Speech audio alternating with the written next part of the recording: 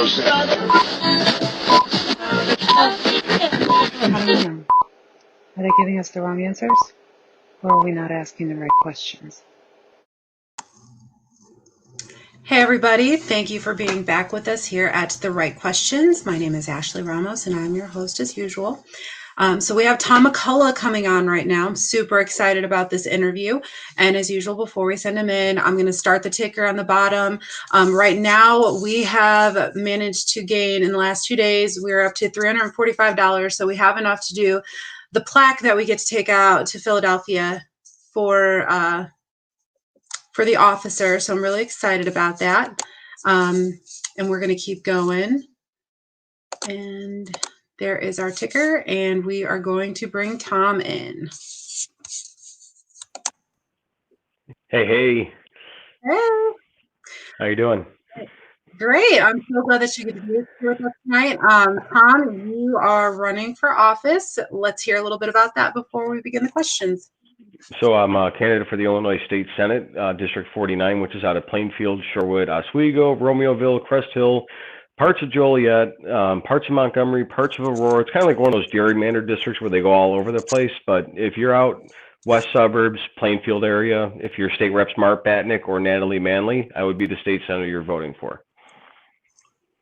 Awesome. And you have had an interesting run of it. So Tom was supposed to be my first interview ever. And the night that we were going to do it, he had some crazy things happen with his Facebook. And I would like you guys to tell us a little about that, because I want people to know that this does happen in real life.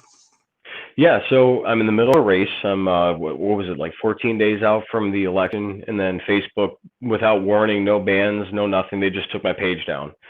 So then I started going at them in the press conferences and having a little bit of fun with it and, getting a little bit of notoriety out of that since, as you know, everything, we just were in the papers so much and everything we do is a good time.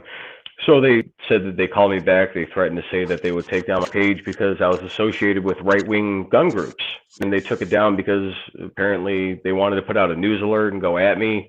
And so they'll continue with the press releases with Breitbart and Reuters and all the other people. And Facebook never did what they did on their end. So we'll see what happens with that. But I mean, it's to censor speech, especially 14 days on a candidate's page before the election. And me being a conservative, it just brings up those extra highlights that you're seeing the New York Post articles being taken down on Twitter and MySpace, not MySpace, but like Instagram and everywhere else, that they're just ripping these posts down if you have a conservative viewpoint or message. And it does happen every single day. But Facebook's a private company, but they shouldn't be restricting speech. Absolutely not. And contrary to popular belief, MySpace does still exist. It's out there. It does, yeah. But Tom still has the most friends, the Tom guy. Probably. So you have an opponent that you've done a couple of different interviews with. And one of the things that I find interesting is that in the interviews that you've done, they've talked about how there's different ways of funding. And this is something I give you a lot of credit for. So you have not gone and kind of become part of the political machine to get money. You've done all of your own gathering, putting the right people in place that, that agree with your ideals, but your opponent has not done the same thing. And I feel like that's kind of a cause for concern that people need to know about because of where she's gotten some of her funding. So I'd like you to talk a little bit about that. Yeah, so I've raised the most out of any other candidate in the state, whether it's for Senate, a state Senate, state rep, from private donations, I've raised more than anybody else. When you start bringing in the PAC donations and the different organizations backing you, that's when you start having things go out of the window. And I didn't take any of the big donations because I don't want to be bought and paid for. If you look at my opponent's thing, she's got almost $3 million in. And against little old me. So she's got money coming in from Heather Staines, who wrote the late-term abortion bill. She's got money coming in from Julie Morrison, who's the biggest gun grabber in the world. Got money coming in from Lauren Underwood, which is the furthest left socialist extremist in Congress right now. And then she's got money pouring in from all the different unions and Madigan-backed sources, all to campaign against our conservative voice we have out here out west. Yeah, that's just crazy. And I did do my research on that, and you're right. She's got funding from some pretty, let's say, interesting players in the game. So outside of that, I want to highlight some of the better things too. You actually do some nonprofit work yourself, and because it has to do with the doggies, I would love to hear Yes. some about that. So I enlisted in the Navy when I was 18. I was going to go in to be a nuke. It was either I go there or I go to MIT as to go in for physics or something else. I broke my back, but I watched all my friends go overseas, get blown up, get shot up, and I felt kind of bad because I couldn't go overseas. So I had like survivor guilt. So when I was like 19, 20, I started getting heavily involved with veteran groups. And right now I'm an executive director for Canines for Veterans, and we train service animals for veterans with PTSD. We pay for the food for the life of the dog. We pay for the medical expenses for the life of the dog, and we never charge our vets a penny. And there's a lot of groups out there that'll charge a veteran 10 grand for the dog. They never pay for the vet bills. They never pay for the food. And we've prided ourselves on always getting our dogs from kill shelters, and we save lives every day. And we don't even know the impact we have because all of our pets are still here. We know that our dogs are trained to wake them up at night. If they have night terrors, they create space around them in crowds so they don't feel too crowded. And we have a very good survival rate with our veterans in our programs.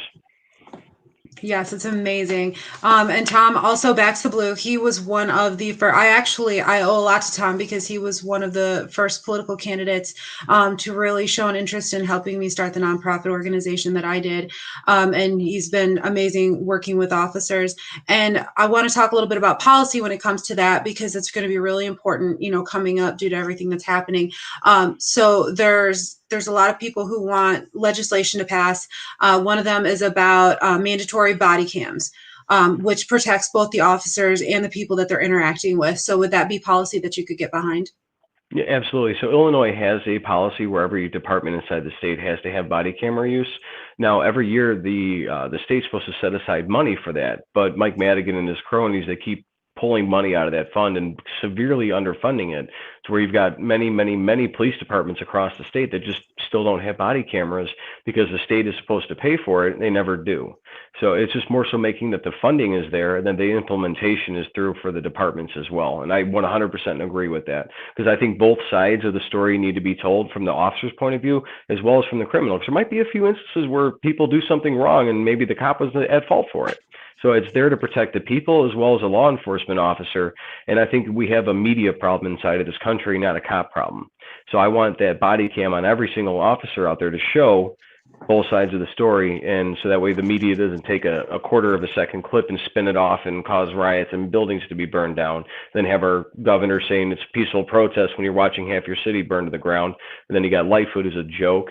Then you have Kim Foxx who won't prosecute him. So we need body cameras. Now, what about this idea of social workers? I've heard it both ways, both negatives and positives. Now, the idea of having a specialized social worker that goes on particular calls, especially those that have to do with domestic violence or, mental instability, I can see some merit to that based on, some of the proposals that I've looked into. But I personally have only been able to kind of agree with the ones that it's almost like you have to be a cop and a social worker and have both trainings for it to even be safe. So how do you feel about potentially doing something like that? Well, I think if somebody's breaking into my house at 3 o'clock in the morning, I'd rather have a guy with a gun showing up to protect me than somebody with a clipboard and a pencil asking them how they feel after they killed my family and took all my stuff. Yeah. So anybody who comes into my house, they obviously value my stuff more than they value their life. So I feel that we should have law enforcement officers. I do think we need to teach de-escalation tactics. We need to work on less than lethal options for our officers and invest a lot of money into de-escalation training as well as less than lethal options for our officers instead of pulling cops off the field and sticking out social workers. Because again, if you send somebody to a domestic abuse, you got a 5'2" wife, a 6'7" husband that's there beating up on her. You don't want a social worker there. You want somebody to break that engagement up. And domestic situations are the worst thing that these officers have to deal with. I would way rather have a police officer show up or a bunch of police officers show up to protect the woman than I would a social worker there to sit with a clipboard after the girl just got her butt beat. So I'm not a big fan of the social worker idea. Maybe in a certain circumstances we can do that, but I think people need to be protected first and foremost. That makes absolute sense. And actually, you just brought up another case. So you are pro Second Amendment. So we are 100%. I got an A+ rating or AQ rating from the NRA. ISRA endorsed me. I've got 50 guns I conceal carry every day. My dog's name is Liberty. So, I'm definitely a strong Second Amendment guy. Wonderful. Okay. So we talking about officers, and before we kind of, tailing away from that. So Lightfoot has threatened that if the federal government does not come in and basically clear her $1.2 billion deficit, that she is going to release another 615 police officers from the Chicago force has already been decimated. So how do you feel about the idea of her posing that threat? Especially how it's going to affect not just the constituents of downtown Chicago, but how that's going to start affecting the suburbs when you have violent crimes increasing. So I think Lightfoot should have been doing her job since the beginning, not closing down the city. I was on a boat tour the other day. I was on the Black and White radio show on the boat. Navy Pier was empty. There was nobody there. All the buildings have been closed down. All the restaurants are shut down. All the buildings are boarded up. People have been looting and rioting in there since June. If Lightfoot wouldn't have closed those businesses and she would have stopped those riots, she would not have lost the $1.2 billion in tax revenue. She created her own problem. She shouldn't therefore pull more police off the street and make her citizens suffer more. She is a joke and a disgrace of a mayor. She needs to get gone, like tomorrow. She needs to quit, resign, or get dragged out of office. She is terrible at her job. Speaking of terrible jobs, how are we feeling about Pritzker trying to push the progressive tax and tax more people, even though I believe he pulled toilets out of one of his own buildings to avoid taxes? So I'm just going to say that's coming from the guy who ripped three toilets out of one of his mansions to save $325,000 on property taxes. So if you have to spend $2 billion to make $3 billion as a state in taxes, something's wrong. And when you tax the higher income earners, you're stifling job growth, you're stifling opportunities for advancement inside of those communities. Like if I own multiple restaurants, I'm making $500,000 a year. I might want to own a few more restaurants and build a few more out. Then you're going to increase your base more by having more restaurants, more people working. There's more revenues coming into the state. But when you tax the higher people, they're not going to want to grow. They're not going to want to do better. Why penalize people for doing good and holding back the economic development? The progressive tax is one of the worst ideas at the worst time we can have here in Illinois. Anybody watching, vote no on the progressive tax. Now you're going into the Illinois Senate, which means you're going to be here in Springfield. And right now, as a blue state with a majority blue idealisms getting passed, what kind of things do you think that we can work on that will actually be able to go through and create some positive change here in Illinois? So everything's an issue. So I mean, if you find something you want to be able to work across aisles with, you should. And as an elected official, your job is to the people, and that's to Republicans and the Democrats. Where there is a constitutional republic, I'm there to represent everybody equally. So that means you work with both sides equally and you get things done.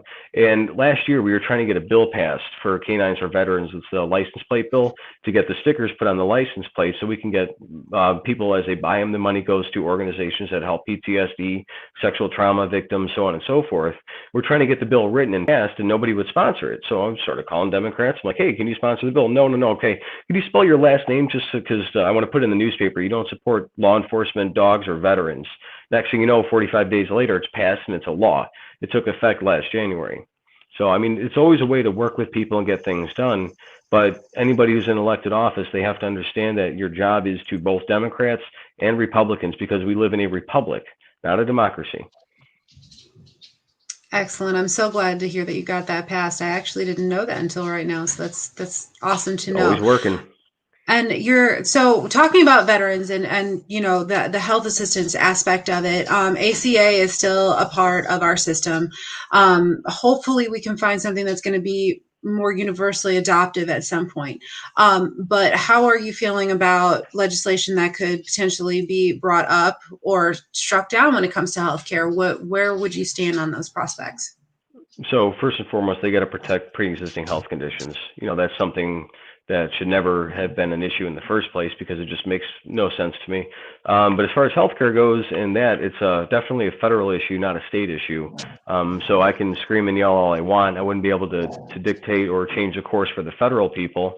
I could just say that I remember paying way less in health insurance in 2011 than I did in 2012. So anybody who can remember back then when it got passed that, oh, you're going to keep your doctor, and I was paying like $780 a month. I had great insurance. Next month or 2 months later, I'm paying like $1,300 for way worse insurance. So just remember that. Go back to your bills and see what it was. Look and see your deductible was $0, or I had a $0 copay when I had to go to the emergency room. Now it's like $2,000. It's crazy. No, well, you're right. That's federal legislation, but it does affect us on a state level because of how well, federal and state eventually they come into interact with each other.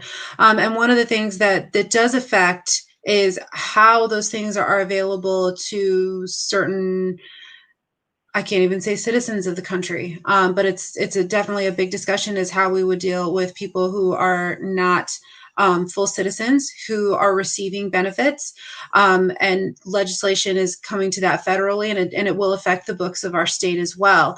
So how do you feel about that?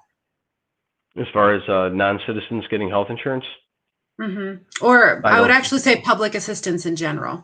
I don't support that. I think if you're a citizen of the United States, you should be the ones receiving the benefits. If you're not a citizen, unless your life's in immediate danger, then you should be able to receive that assistance. Now, if your family's not eating, whole different story. And if it's something that's there, like if you go to the doctors have Hippocratic oaths. So if you fall down, break your arm, you go to the doctor, they're going to take care of you. That's their oath that they swear that they have to do. But as far as giving out government subsidies paid for by state taxpayers and federal taxpayers, I disagree with. Okay. Probably not the answer you wanted to hear, but I'm sorry. You seem a No, little upset by actually, that.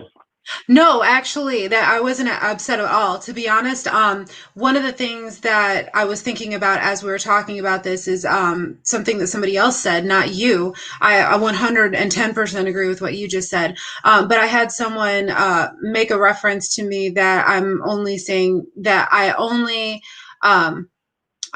agree with it because I receive those benefits, that I don't understand the plight of people who are suffering and, they come here and they need these things and everybody should be giving.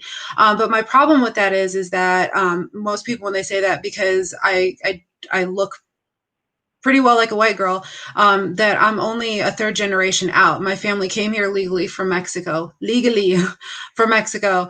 And they worked very hard and they did everything that they were supposed to do. And my dad will tell you in his overly Hispanic accent, because he speaks Spanish, he'll tell you, I'm not Mexican, I'm American. I fought hard, I pay my taxes, and he'll be the first one to say that you could throw a football and hit the border from his house. And he'll tell you that the way that people want them to come in, people not knowing what a coyote is, Right. not knowing the horrors of those situations, you really can't judge until you know what it's all about, up to and including the benefits that you see people receiving who aren't actually legal citizens of the United States.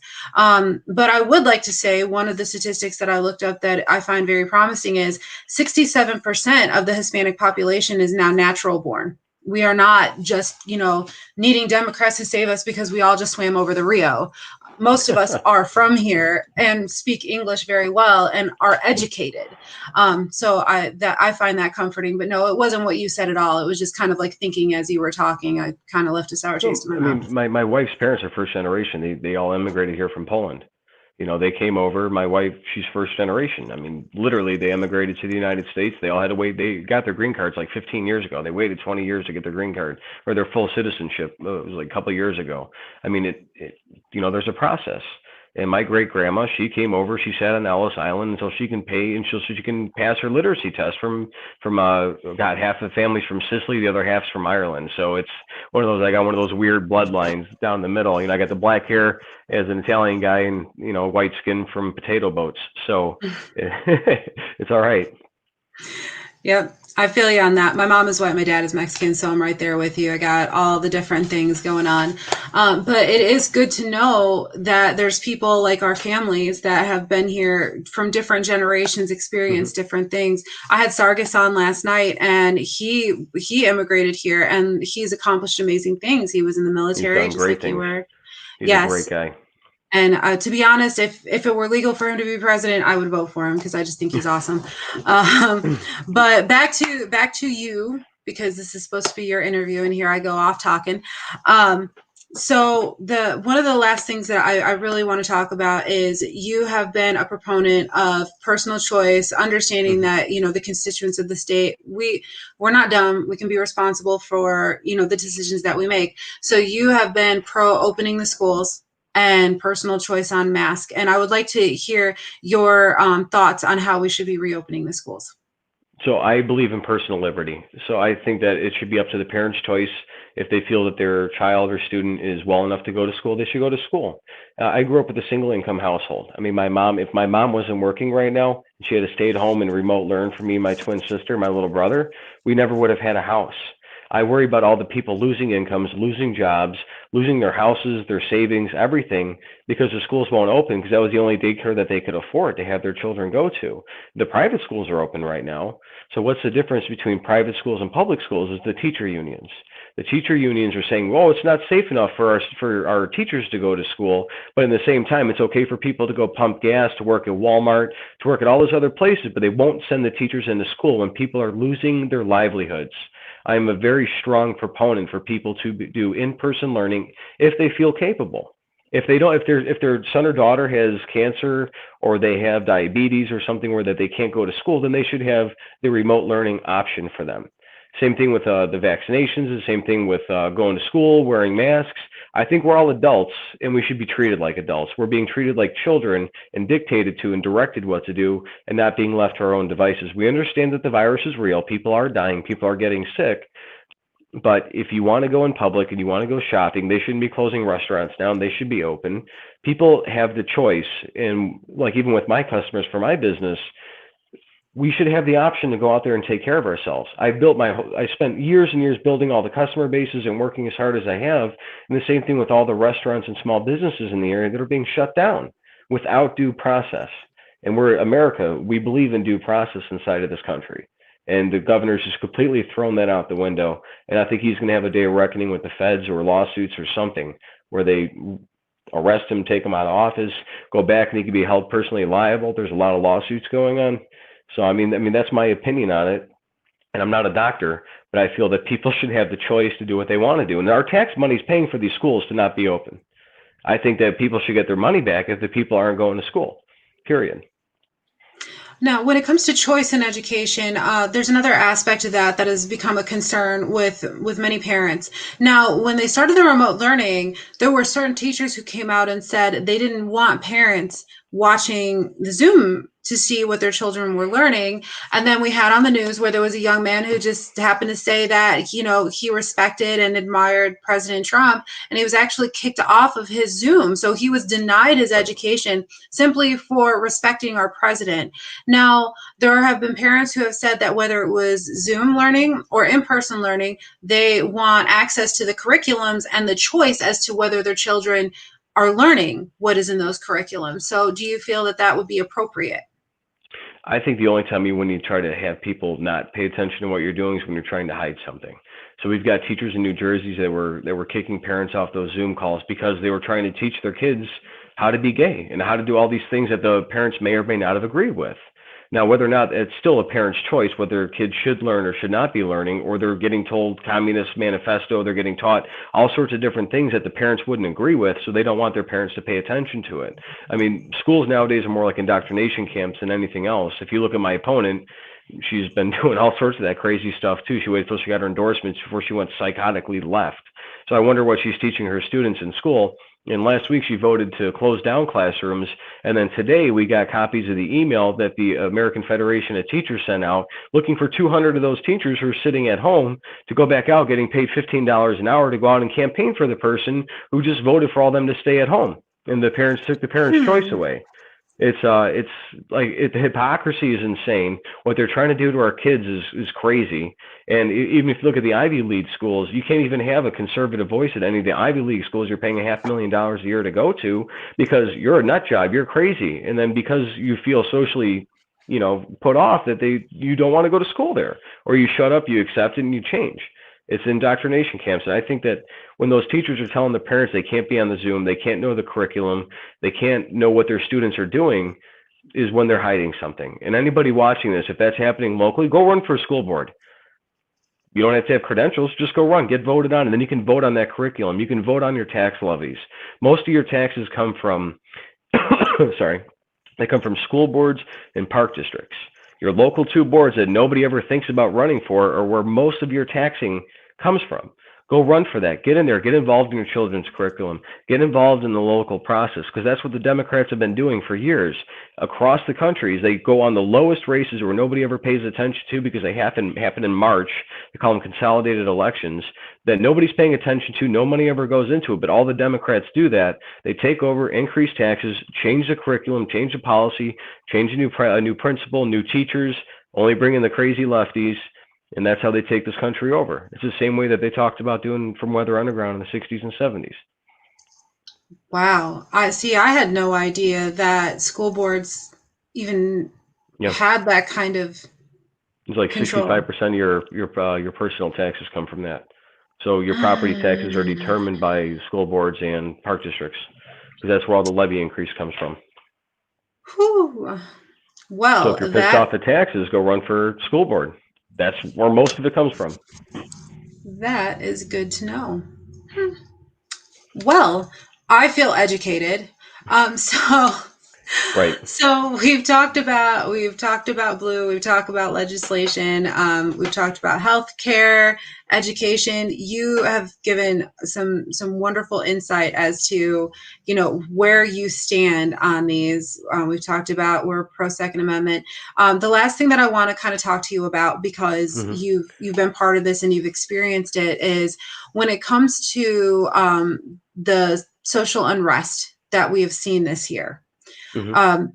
We have seen where they're trying to pass to where if you have any sort of damage done to your home up into, I believe it was either $300 or $500, there would be no longer be arrests. There would just be a ticket, but it would be a ticket that they wouldn't necessarily even have to pay anyway. Right. So how do you feel about how that may affect the constituents of your district? So I think that the first responsibility of any elected official is to public safety. And part of public safety is having laws that are enforced. If you look at Chicago, you've got Kim Foxx, who decriminalized retail theft under $5,000. She had people that were looting and rioting in Chicago, taking $60,000 to $100,000 worth of stolen purses in the back of their car and getting a $100 bond and not even having to show up at court after that. It was just a ticket. So when you go out to Naperville, I think the biggest wake-up call you see for people nowadays, or at least locally, is Naperville used to be one of the safest cities in the country. Like historically, year after year, safest city, best place to live. They had rioting on their main street, and the officers were told to stand down, and everybody inside of that city had no idea what to do. 2 weeks later, all the gun stores are sold out of ammunition. All the gun stores are out of guns. You've had liberals going out to buy guns because they know that their mayors and their elected officials were telling the officers to stand down, to not enforce the laws, to not do things. I live in Plainfield and Shorewood, in that area. We had salt trucks and sniper rifles protecting our streets, and my tax money was really good at work. And the police chiefs over there did a wonderful job, and we were sending officers out to help Naperville and Aurora because they got a little bit worse than we did. But our mayors and our local officials decided to uphold the law. When you go to Chicago and you go to all the other Humboldt Park and the other areas where you saw massive looting and rioting, it was up to the people to help stop it. If you saw in Englewood, the people were looting and rioting and burning buildings down, and they're tearing things out. And the citizens in the neighborhood went out there like, you ain't doing this today. And you saw people dragging guys out, throwing them out of the street, chasing cars out. When the people have to step up and do that, the government has failed. We pay our money to make sure that we are safe. We pay the money so our kids can go walk to Target and not get robbed, not get shot, not get kidnapped, because we live in the United States of America. We are a nation of laws, and all the mayors that fail to do that and all the politicians that fail, elected officials, fail to protect their people, it's a dereliction of duty. And to decriminalize, You just reminded me of something. Another statistic I found: gun sales in Illinois have gone up over 300%, and somehow, magically, mysteriously, as gun sales have gone up across the country, as a matter of fact, we haven't seen any mass shootings.